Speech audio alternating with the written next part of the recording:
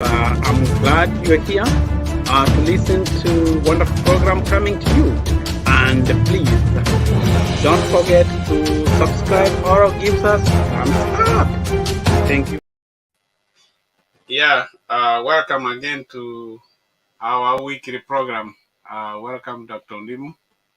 Thank you. Yeah, it's a week at a glance in Kenyan politics. We have had so many things. First of all, we want to start with the death of Professor George Magoah.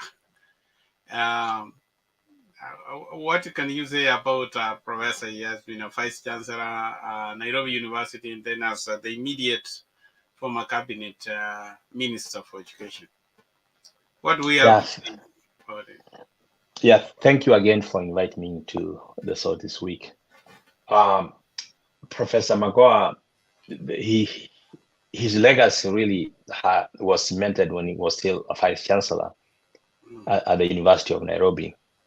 If you remember correctly, he was the first vice chancellor to be competitively hired to lead that institution when the new dispensation came into force, where the chancellors and responsibilities of governing the universities had changed from the old way when the autocratic government of the late Moi was only handpicking people to lead the institutions. Yeah. So he really did make a big change within that institution. And if you have been to the University of Nairobi, there is this tall building that he was able to, an infrastructure that he put in place, which I think will forever be remembered. He will be remembered for. And I'm hoping the University of Nairobi, maybe if they have not named that building, they can rename it Professor Magoah building. And most importantly, when he took over the Ministry of Education, that's where he actually crowned his legacy. When he took over, if you remember back, the Professor Matiang'i, Dr. Matiang'i had the ministry and it was doing very well. And when he was moved from that ministry, and I think it was given to Amina, there was some murmurs on how she was reading the ministry, and it was a gigantic shoes for her to fill. And I think she held that portfolio for a short period of time before Professor Magoah took it over. And when he did, lo and behold, he was trotting all over the place, and he was all over in Kenya. And I think he meant good. He did what he did. There were times when he would outpass and go beyond what we expect as ethical behaviors of a minister. But all in all, he was able to streamline that ministry and build on what Matiang'i had done in the prior years to bring the education sector into where it is today. I believe there were things we will disagree on the approach, but the results were, as he said one time, look at the results, not at how I'm doing it. But the process is also very important, and that's what I want people to remember too. Even though the results can be sterile, the results can be good, but process on how you get to the results are as important as the results themselves. So that was the only things that I would have disagreed with him at the time. But overall, he was a great son and garant son of Kenya. And what can you say about that? Because one thing you have said that he was the one who was competitively chosen as the vice chancellor of Nairobi University, whereby Moi used to pick his political cronies depending on how much you shout about Nyayo. And has that process continued that after Magoah left the University of Nairobi? Do we see Professor Vice Chancellor being chosen in the same way that he was chosen? A very great question, and I think to put it into perspective, he was selected when, remember, he comes from the REG, and at the time when he was selected, there was a lot of political turmoil in Kenya, and Raila had moved away, and was really pounding Mwai Kibaki at the time, and people would not imagine that Mwai Kibaki would really rate another person from the from the from the lake actually take over that important institution at the time. Yeah. But for who he was, Mwai Kibaki was really a person who let things take their own course, and he was very professional, and he let really professionalism took over the hiring of Professor Magoah. So back to your question, whether we are still seeing it, I don't think we are seeing that, because the hiring process, although competitive, they call it competitive, has taken a tribal angle. Because every time in the most recent appointments, if you remember back when the vice chancellor of Moi University was being appointed, and somebody from outside of the region was appointed competitively, readers from the region were up in arms, and really their word prevailed, and that was very sad. Yeah, and you know, that's one of the things that we really need, as much as we may have a political goodwill also. See, he was appointed a chairman of NEC when actually NEC had already rotten. The exams were in a mess, and when he came there as a chairman, we saw sanity in Kenya in a matter of examination. That, I think, that's one of the landmark thing also. That absolutely, and he's the one who cleaned that area, and I think kudos to him. Obviously, for the appointing authority who realized that if they brought somebody like Magoah in, he will clean house, and he did clean the house, and now we do have exams coming out a little bit more cleaner, except for a few weeks ago when we had people making noise, and we haven't seen any legitimate reason why they were making the noise. But because of Magoah, we now have legitimacy in the exams that are actually coming from Kenya, and this will go a long way in not only cementing the credibility of institutions in Kenya when they go outside, because when we are producing students from our institutions, we aren't only producing those students for Kenya. They are actually globally going out to offer their skills that they are getting trained on. So I think he will go down in history as a person who cleaned up and took Kenya to the next level. Now, what would you say? One of the things that we want to piggyback, picking him as a chairman, and then I think they brought, even when he came in as a minister for education, I think he was being sourced because they knew it was big shoes. Dr. Matiang'i had left, and they wanted somebody to fit that shoes, and that's why we brought him. Even when he was being interviewed, I think one of the members of parliament asked him, "Don't you think this is going to bring imbalance in, I don't know, regional balancing?" He told them, "I think I was sourced here because of my competence. And if you don't want to hire me, I still have other jobs to do." That is how a man who believes in himself. And do we see most of the public servants in Kenya who could proudly say that even if you don't give me this job, I still have another job somewhere? No, very rare. I mean, I was reading the newspaper this week following his passing away, where they said he almost resigned twice. And very few people had principle like him. We have seen, obviously, some people resign from the cabinet because of their principle, but he was very principled, and he knew what he wanted. It wasn't like he didn't have a job to do. They sourced him. He was asked to do the job. He didn't apply for the job.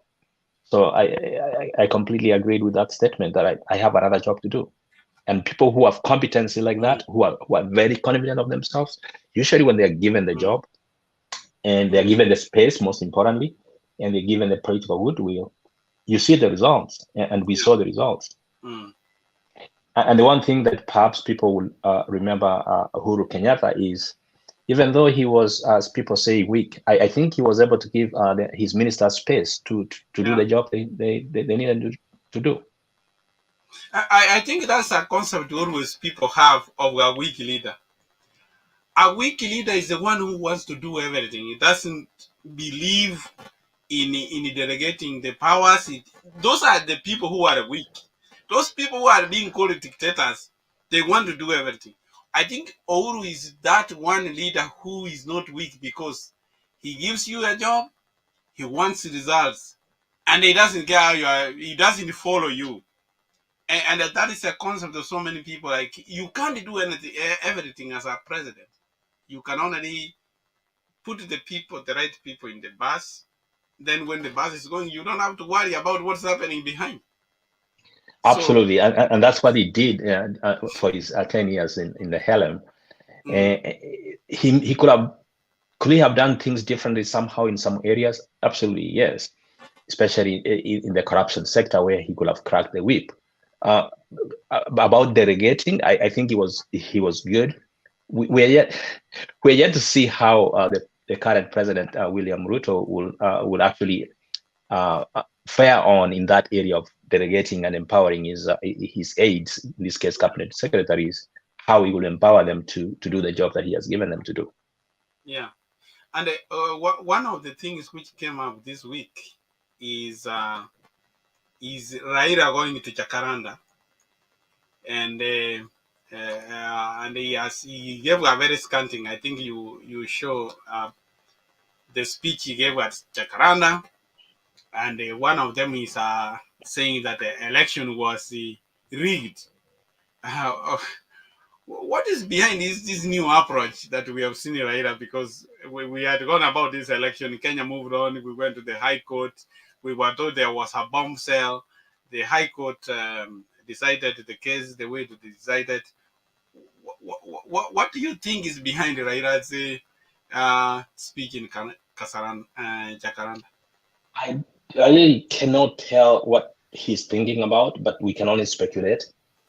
And our speculation somehow can only come from the history of how he has managed himself post-election when he has been declared the winner. And true enough, we know there is one election for sure he was completely rigged out. That was 2007. That one was completely taken away from him. 2013, possibly yes, because we know that Maraga Supreme Court actually did for sure say there was, 2017, there were irregularities and which were, therefore, elections were not credible at all. So that one as well. But the 2022, which we thought he was his to lose, and he lost, it's questionable for him to come now and start saying, "Hey, this is I had maybe 2 more million votes than my competitor." It's really difficult for us to imagine that, especially when he had the government machinery behind him. And I think they mismanaged the whole election process for Kenya. I mean, it's unfathomable that he was able to lose, because it was his to win, but he lost it. He lost it based on not people who actually wanted to vote for him. Yes, but he couldn't manage his own vote. He couldn't secure it.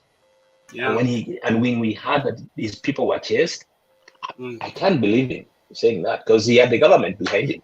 Now let me. Really, I know we have talked about this election in Kenya. I thought the election ran smoothly, more especially the presidential election, because there was this that from the polling station, the agents had to sign from 34A, and then they had used the KIMS kit to take a picture, which goes straight to the National Tallying Center.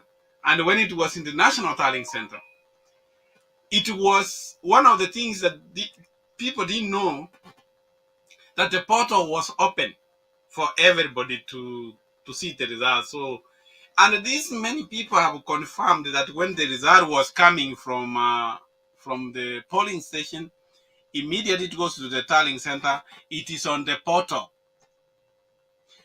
And this we are told that according to what they are explaining, that there was some computer somewhere in Venezuela where they would take that form and then turn it into PDF, and then it edit the results and then repost the results. How possible is that? I'm no computer expert or wizard in this case to really say yes or no. But here's the deal. The President Uhuru Kenyatta had the government, and he was supporting Raila Odinga. They had the money because I don't think their campaign was looking like they were missing any money. What they lacked was organizational skills, and if they had organizational skills, they will be having copies of from polling stations. That's what they should be talking about. Why would they be talking about a document which was scanned and being deleted? Why can't they come with originals or even copies of what was given at the polling stations to tell us if you add all these and compare it with what we are seeing online, then it's different. So I mean, I don't think computer wizards are needed in this case. I think it's just old school way of looking at documents, in my opinion. You know that baffles me, because that's what I expected, that every agent from every polling station for Asimio was also supposed to send a copy of the true copy from the polling station to their tallying center. If they would be arguing, this is what we got from our agents, this is what is the difference. Now, talking of a whistleblower, I don't know what is behind it, but it baffles me. And by the way, that form 34A was handwritten. So how possible is it that it was manufactured? Where did they get the same handwriting of that person? Because you cannot manipulate somebody's handwriting. You cannot. You can't. And so are they saying that there were thousands of those that were really thousands and thousands? How come those people never came forward at the time when they were needed most? Because actually, what is the assuming that for sure there was manipulation, as he says, then what's the way forward to nullify that? Who is going to nullify that? Because Supreme Court cannot reopen that court. They have nowhere to go. It's all done. So back to your original question, what is in his mind? What is in mind is, what does he expect to come out of this campaign? Earlier on, a friend of mine, maybe it was you, who said, just like Trump, he's trying to consolidate his pace so that he come 2027, he has a pace to start from again. Yeah. Because for a campaign like this, it's starting an early campaign. Remember, Ruto started his early campaigns. For 5 years, he was campaigning. It bore fruit. So the opposition right now is looking for a strategy of starting an early campaign, in my opinion, so that it can bear fruit come 2027. Otherwise, it will be a walkover for Ruto if they don't find something to consolidate their pace. But I think also the Ruto administration is also digressing. They are always in the campaign mode, more especially the deputy president. You know, there are some things you wonder they are dismissing, but don't forget, Raila can really change the tone, you know. And it is me and you maybe who believe election was not stolen. If you see the people who were in Kamukunji, I think that was a very big. It was a big rally. How you saw it?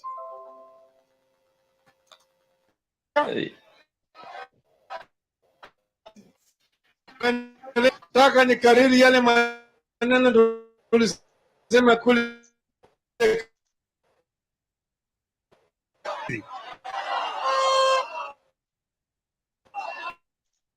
Sasa Monday, January 23rd, we as Azimio spoke to Kenyans about the 2022 elections, the IEBC whistleblowers, and Kenya's future.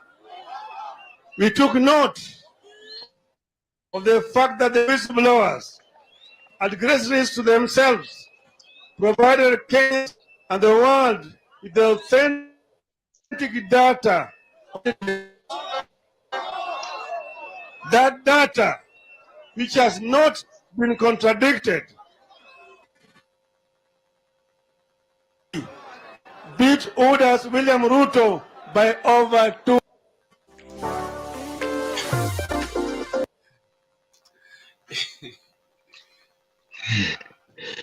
So, yeah. I did. Just a minute, let me take it. You can see. What do you take of that? That is the truth that you see the multitude which was there. But he bet him with 2 million votes. Where were they?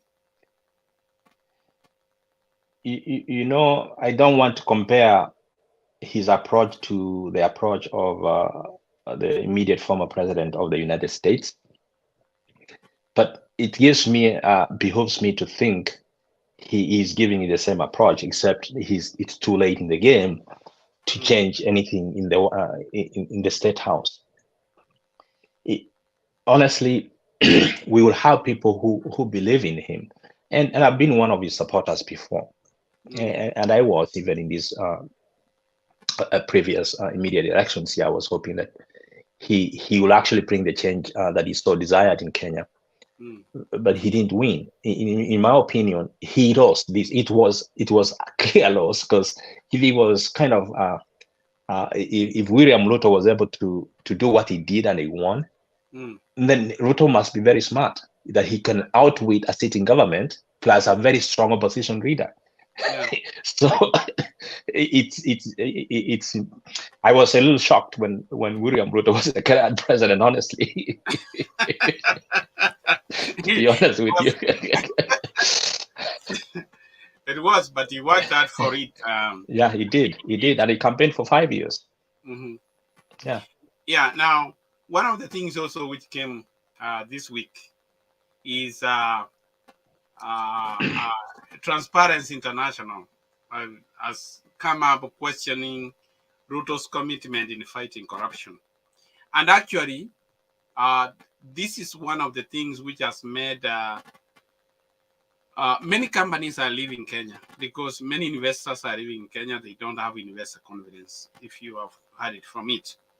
One of it is one of the big cases involving the vice president, which went through the court, and they seized the money, the 200 million. He had found that he could not substantiate how he earned that money, and that money was surrendered to the recovery body. But now the recovery body has been coerced, and Gachagua has gotten back his seized money. What do we have to say about the state of Kenya in terms of fighting corruption from the Kenya Kwanza government? You know, investor confidence is not only based on the actuals that are actually happening, it's also based on perception. If something is perceived to be if it's perceived to be opaque, if something is perceived to be corrupt, if something is perceived to be corruptly acquired, and the highest office of the land is actually endorsing it, then you are going to have a lot of investors fleeing away and taking off. But are we surprised? We shouldn't be surprised, because we knew, and it has always been on the news for many years, that President Ruto has been accused of being corrupt. He has had underhand deals where take an example of the land of Mutesi. Is it Mutesi, I believe? Where he did acknowledge that he acquired the land, and he actually gave it up to the family, and he was asked to pay a fine for having used it. And you can't tell me that as a sitting senior government official at the time, he would not know that this property was falsely acquired. And on PPC interviews alone, he did acknowledge that the Western Hotel is sitting on government land, and he acknowledged that, which was corruptly acquired, and he said he bought it from a company which company he owns. So I don't know why people would be surprised that investor confidence would go low when he's president now. Okay. So, and that of the many cases, Aisha Chuma, which actually makes part of the Hasara government. Don't you think this looks like it's going to hurt him at the end? You know, power, when you have power, it's so sweet and you don't get to feel the pain of investor freeing because he has the power, he has the money, and he can use government money to make his ends meet. It's not only, there's so many cases. Look at the person he chose to sit on KRA commission board, who was 2 weeks prior to being chosen, say had a case. KRA was actually With the closing KRA, down. Is it Karonje Prigoris? yeah. Somebody who has a case with KRA is actually chosen to be He's now the on boss. the board. Is the boss. I mean, how is that? How can not people really question the how can they not question whether this the president is really interested in fighting corruption?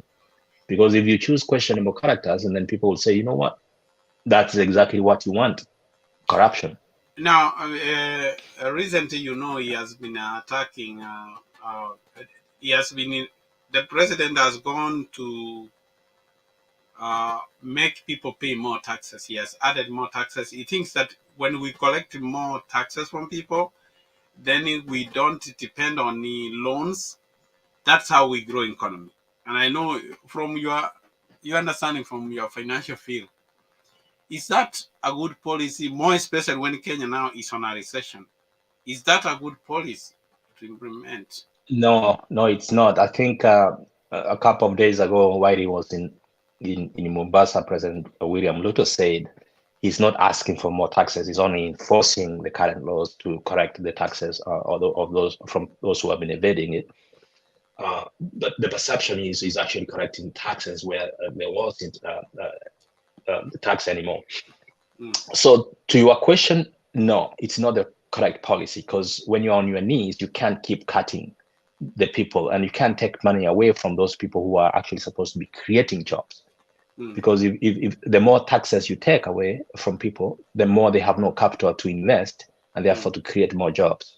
So the answer is no. You cannot tax. If you overtax, then people will not have enough capital to expand their businesses. People will not have enough capital to do what we call R&D, research and development, for their businesses, and therefore expansion of the economy would be shrinking instead of expanding. Yeah. During the recession is when you cut taxes. You cannot cut tax. You need to reduce. You need to stay away from taxes. Yeah, you need to reduce taxes so that people can have more money, disposable income on their pockets. That's one of the policies. But it's now doing it that the struggling businesses, they have to pay more taxes now, which means they are not going to have enough money. So it will be a spiral effect. Correct. And unfortunately, the taxes that is being corrected is not being reinvested there. It's for paying loans, and therefore money is going away out of Kenya. Therefore, if you look at it, if the people who are holding the notes, that is people who have borrowed money to Kenya, mostly they're from outside of Kenya, and is paying more money. You collect money from the local people, you overtax them to pay money outside of Kenya. Therefore, you are actually sucking money away from the economy, and therefore, in my opinion, if I was going to approach and give him advice, the best advice I can give him is to talk to those who hold the debt and have those restructured in a way that it's affordable to the Kenyan economy right now. So the best approach, the fast approach they should give, is to sit down with those that Kenya owes and tell them, look here, we cannot be able to pay and continue paying as by the terms of these loans. What we can do right now is to restructure these loans, and this is what we can do. And some of them can be deferred to a later date, because if you really are very serious and you crack the whip and say, we're going to seal loopholes, we're going to be paying this money, but give us time, let's restructure this. And you know what we call modification of loans, we can modify those loans. Yeah, I mean, what are some of the things you need to improve the economy? Because basically, that approach alone is not going to help the country. The many things is that if we are not having investor confidence. And I saw even IMF now, because they don't trust that Kenya is on the right trajectory to fight corruption, they have said if they give them their money, they are going to spy on the senior government officials' accounts or the bank accounts. They have to sign that all those senior. I don't know how they are going to spy those accounts for sure, but yeah, I know they can do that, but Kenyans are very smart people and they know how to steal and not put it in their accounts. So they can still open their accounts, but they can't find the money in there, yet the money is stored. Yeah. And there is something also we have seen that Ruto seems to have a bone to chew with the Uhuru Kenyatta, and has not shied of. Is still fighting him. He wants the Kenyatta family to pay taxes. He wants them to account for some of the things. Something we have not seen present following their past presidents. We have not seen that. What would you say about that and the character of the president? Two things you can decipher from that pursuit. Number one, we get to know that when you are sitting president, you can really exempt yourself from paying taxes, because they gave that good example of where Commercial Bank of Africa, when they were marching with Nick, they were waived. 300 million Kenya shillings was waived in terms of taxes for marching those two. And that was, and we know that the family of Uhuru Kenyatta has and had a great interest in CPA, Commercial Bank of Africa. That's one thing we get to know. Number two, him pursuing his predecessor, he's very vengeful. He's very vengeful, and he wants to say who is boss now. He's laughing at him. Because remember, they fought for the last 5 years before the elections. And the boss was Uhuru Kenyatta at the time, and now he's saying who is boss, and a boss who is very confident of himself does not have to say that he's boss. In my opinion, he's doing the wrong thing. He can give it a different approach. He cannot be pointing fingers at only one person. If he was going to tell people, hey, you gotta pay the taxes, even the previous taxes that you did not pay or you evaded, then he just will come with one clean sweep and say, everybody, including myself, I'm going to pay taxes, and I want KRA to do their job. Let's do this. Everybody, regardless of who you are, you're going to pay taxes, but not necessarily just outrightly say, you, this family, must pay taxes. I think that's vengeful. I think it's discriminative. I think it's not right. And they also, one of the things I think they need to learn is that you can't fight someone, because this is the people who are following. They can make your leadership to be unstable, because if you keep fighting your enemy, you would be shooting yourself on the foot. And I think that's the president needs to focus on how to improve the lives of Kenyans than just absolutely. Small world. And Kenyans woke up very early in the morning last August during the election day, not for him to go fight Uhuru Kenyatta. That's not what was top in their mind, and that's not what he sold to the people when they actually decided to vote for him. Yeah. People voted for him so that he can make a difference in their lives. And I don't think fighting Uhuru Kenyatta is going to make a difference in people's lives at all. 2002, when Kibaki came to power, there were people surrounding him. They really wanted to go for Moi. He told them that if we concentrate fighting Moi, we won't do anything. So what tufanye kazi? I think that's what he said and moved on. Somebody who is in power, there are many ways you can do, but coming out eventually, and this is a person who has ruled Kenya for 10 years, he has a following. Many people have a soft spot for him.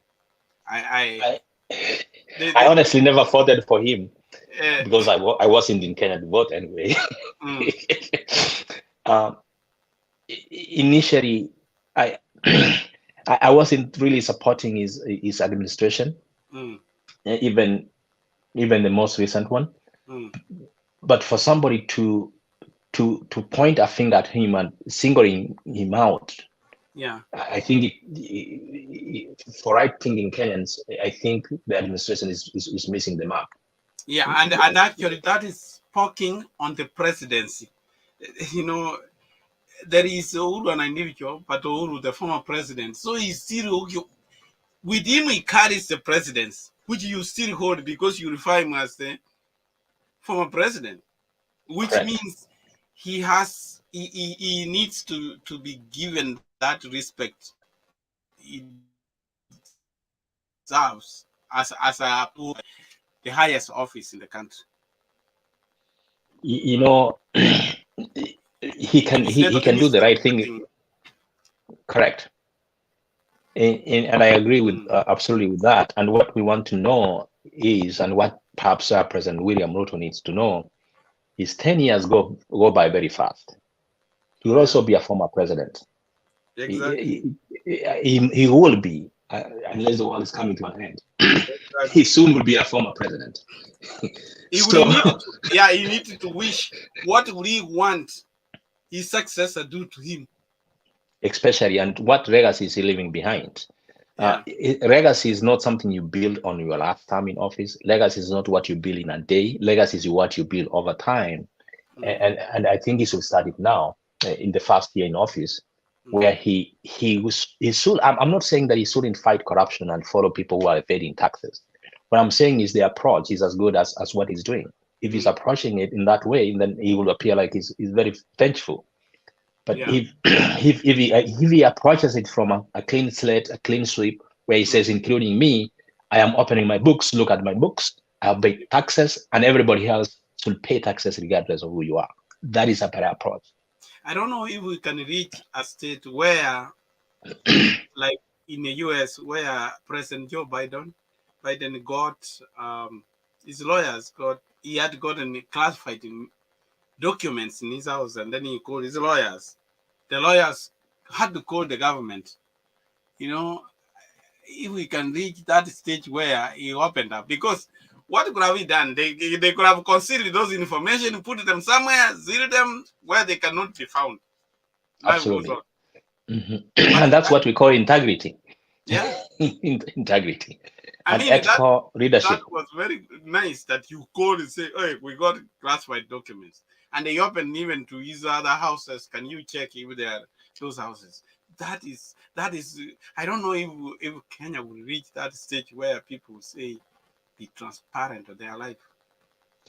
We haven't reached that stage, of course. Even the United States, if you remember back here, the immediate former president also took America back to 200 years ago. Yeah. And he still wants to come back. The presidency is a symbol of national unity. Whether you are a former president or not, how you carry yourself and how you treat your former president really determines and gives the image of a civilized nation.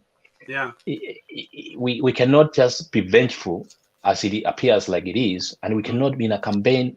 You know, Dr. William Ruto and Gachagua, if you will, are almost haven't come from a campaign mode. Yeah, they have been governing for the last 6 months now, almost.